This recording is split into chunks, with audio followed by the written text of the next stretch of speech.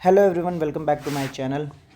इस वीडियो में हम लोग अब टेस्टिंग ऑफ ब्रिक देखने जा रहे हैं। प्रीवियस वीडियो में हमने मैन्युफैक्चरिंग प्रोसेस देख लिया था, चारों step: preparation of clay, moulding, drawing and burning.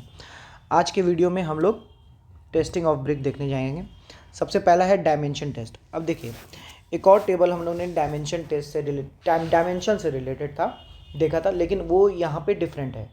ठीक है, डायमेंशन टेस्ट एज़ पर IS कोड 1077 ये ब्रिक का होता है, इसके हिसाब से होता है, जिसमें 20 ब्रिक्स को हम लोग सैंपल में लगाते हैं और फिर उनके डायमेंशन को चेक करते हैं।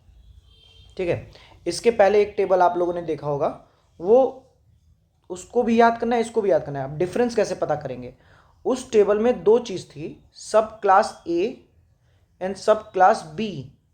अगर क्वेश्चन में सब क्लास ए और सब क्लास बी के बारे में पूछे तब वो टेबल को इस्तेमाल करना है क्वेश्चन में। लेकिन अगर डायमेंशन, केवल चुपचाप बोल दे कि डायमेंशन के बारे में बताओ, तो ये है।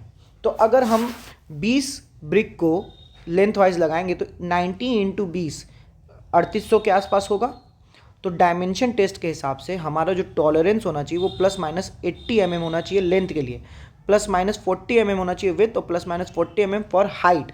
तो ±40 करके 80 करके देखिए, 3800 में -80 3720, और 3800 में +80 3880। इस रेंज में होगा अगर लेंथ तो हमारा ओके है, अदरवाइज सैंपल डिस्कार्ड कर दिया जाएगा। सिमिलरली विथ और हाइट में 1800 ±40, तो 1740 से 1840 के बीच में, सेम विथ हाइट। दूसरा टेस्ट आता है water absorption test. Water absorption test को दो तरीके से करते हैं: 24 hour immersion and 5 hour boiling water test.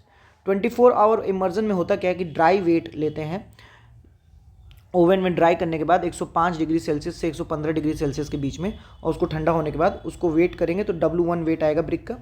फिर उसको हम लोग पानी में इमर्स कर देंगे 24 आवर के लिए। पानी का टेम्परेचर 27 ±2 डिग्री सेल्सियस होना चाहिए। 27 ±2 डिग्री सेल्सियस पानी का होना चाहिए। 24 घंटे के लिए उसको इमर्स कर देंगे, उसके बाद निकालेंगे, वेट करेंगे तो W2 आएगा। W2 जो आएगा, अब उसमें जो W2 माइनस जो भी पानी अब गया है, क्योंकि ब्रिक अगर पानी सोखा होगा तो उसका वेट बढ़ जाएगा, तो W2 ग्रेटर देन W1 आएगा। तो W2 minus W1 divided by W1, W2 minus W1 divided by W1 into 100, ये होगा वाटर अब्जॉर्प्शन। ठीक है, ठीक है। दूसरी बात ये कि इसमें लिमिट्स क्या है कि वाटर अब्जॉर्प्शन 20% से ज़्यादा नहीं होना चाहिए फॉर क्लास 2 एंड 12.5। अभी हम लोगों ने उसमें भी देखा था कि एफ्लोरेसेंस, स्लाइट एफ्लोरेसेंस होता है, मॉडरेट एफ्लोरेसेंस होता है। तो 12.5 के ऊपर वाले जो क्लास थे अप टू 35, वहाँ 15% था कि वाटर एब्जॉर्प्शन नहीं होना चाहिए, उसके नीचे 20% था 3.5 तक। ठीक है, तो ये होता है। तो 20% अप टू 12.5 क्लास तक, और 15% बाय वेट हायर क्लास के लिए वाटर अब्जॉर्प्शन की लिमिट है ये, इससे ज़्यादा नहीं होना चाहिए। दूसरा टेस्ट है 5 आवर बॉइलिंग टेस्ट। इसमें क्या करते हैं, bricks are boiled for 5 hour and then allowed to cool for 16 to 19 hours. ठीक है, मतलब एक ही दिन में पूरा हो रहा है कि 5 घंटे के लिए उसको हमने गर्म किया, बॉयल किया, फिर 16 से 19 घंटे तक उसको पानी में मतलब कूल करने के लिए छोड़ दिए एट 27 ±2 डिग्री सेल्सियस। फिर निकालेंगे, वेट निकालेंगे, W2 minus W1 divided by W1 into 100, same formula. तो उसका भी वही लिमिट है, लिमिट दोनों का वही है कि अप टू 12.5 क्या कहते हैं, हमारा जो भी 3.5 से 12.5 तक 20% ऑफ वाटर से ज़्यादा नहीं होना चाहिए, उसके ऊपर 15%। टफनेस टेस्ट की बात करें तो इसका बस यही है कि भाई टफनेस चेक करने के लिए 1 मीटर से ब्रिक को छोड़ के देख लो, अगर वो टूट जा रहा है तो टफ नहीं है। तो इसमें यही है कि the brick must not break into pieces when drop from onto a hard surface from a height of 1 metre. चौथा टेस्ट है compression test, compression strength test.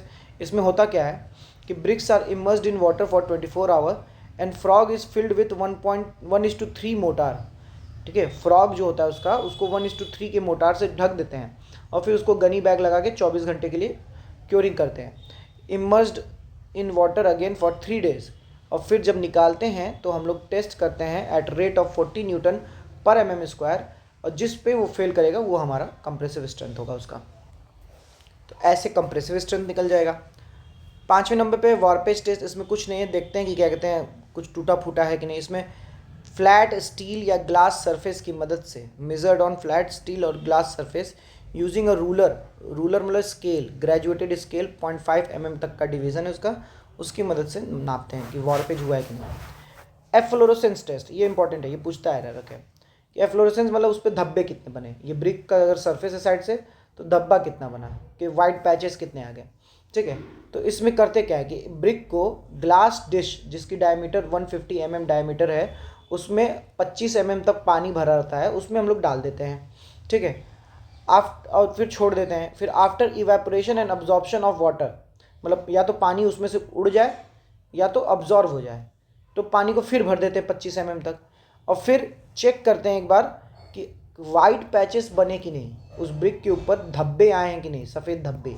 तो अगर 0% एरिया में धब्बे हैं, मतलब नहीं है, तो नील एफ्लोरेसेंस, 10% से कम में है तो स्लाइट एफ्लोरेसेंस, 10 से 50% एरिया में है तो मॉडरेट एफ्लोरेसेंस, और moderate efflorescence up to 12.5 class के ब्रिक के लिए अलाउड है, ठीक है।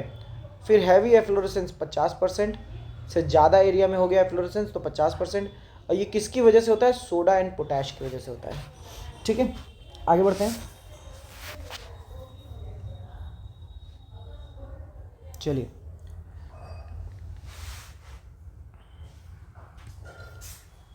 अगला टॉपिक है defects in brick.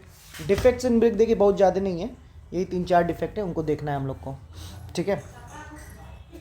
Bloating, bloating मतलब क्या है, ब्रिक के ऊपर स्वॉलन और स्पॉन्जी मासेस डेवलप कर जाएं, ये excess carbonaceous and sulphur matter की वजह से होता है। की पॉइंट जो हम बता रहे हैं वही केवल याद करिए कि ब्लोटिंग में क्या हो रहा है। चलिए मैं इसको हाईलाइट कर देता हूँ, ठीक है। ब्लोटिंग में क्या हो रहा है कि swollen and spongy surface, swollen and spongy, ये कुछ ज़्यादा डार्क हो गया, वेट अ मिनट, हाँ ठीक है। ब्लोटिंग में स्पॉन्जी स्वॉलन मास कवर हो जा रहा है due to excess of carbonaceous and sulphur matter, ये ब्लोटिंग है। ब्लिस्टरिंग में हो रहा है क्या कि ब्रोकन ब्लिस्टर, मतलब छेद की वजह से छेद बन जा रहे हैं, broken blisters surface of the pipes cause by entrapped air, मतलब अंदर हवा भरने की वजह से उस पर छेद बन जा रहे हैं, फोड़े टाइप के, जैसे बचपन में लोगों के फोड़े फुंसी होते थे छोटे दाने दाने टाइप के, वैसे ये ब्लिस्टर्स बन जा रहे हैं।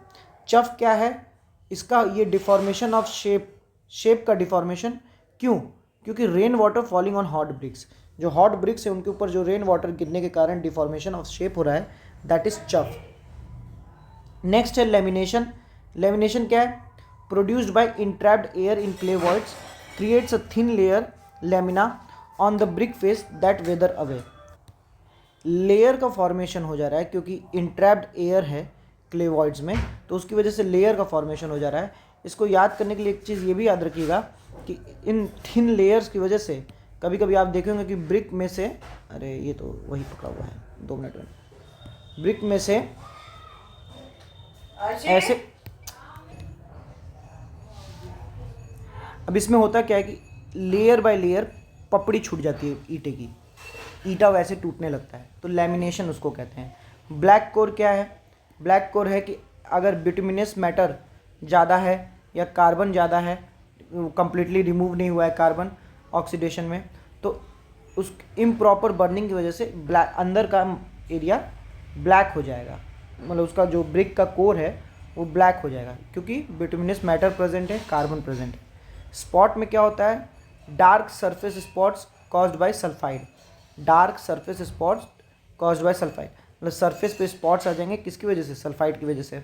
चेक्स क्या है, ये cause due to lump of lime in the brick और एक्सेस ऑफ वाटर की वजह से, ये चेक्स और क्रैक्स बनते हैं। क्रैक्स मत, एक चीज़ समझ जाइए, अभी तक आप लोगों ने यहाँ ब्रिक तक पढ़ा है, लाइम जब जब आ रहा है तो एक कांड जरूर कर रहा है, क्या, अगर उसको ज़्यादा पानी वानी मिल जा रहा है तो वो अपना वॉल्यूम बढ़ा दे रहा है, जिसे हम लोग स्लैकिंग कहते हैं, और वो उसके कारण क्रैक आ जा रहे हैं। तो लाइम की वजह से एक चीज़ ध्यान दीजिएगा, हर जगह क्रैक आ रहा है, मतलब एक्सेस ऑफ लाइम की वजह से, तो ये ध्यान में रखना है, ठीक है।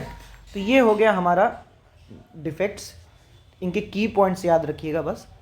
और लास्ट में एक ये कुछ एक्स्ट्रा है वो देख लीजिए कि गुड ब्रिक को क्या कहलाती है। गुड ब्रिक वही कहलाती है जिसमें वाटर अब्जॉर्प्शन 20% से कम हो, क्रशिंग स्ट्रेंथ 10 N/mm² से ज़्यादा हो, और मिनिमम 3.5 न्यूटन पर mm स्क्वायर तो होनी ही चाहिए।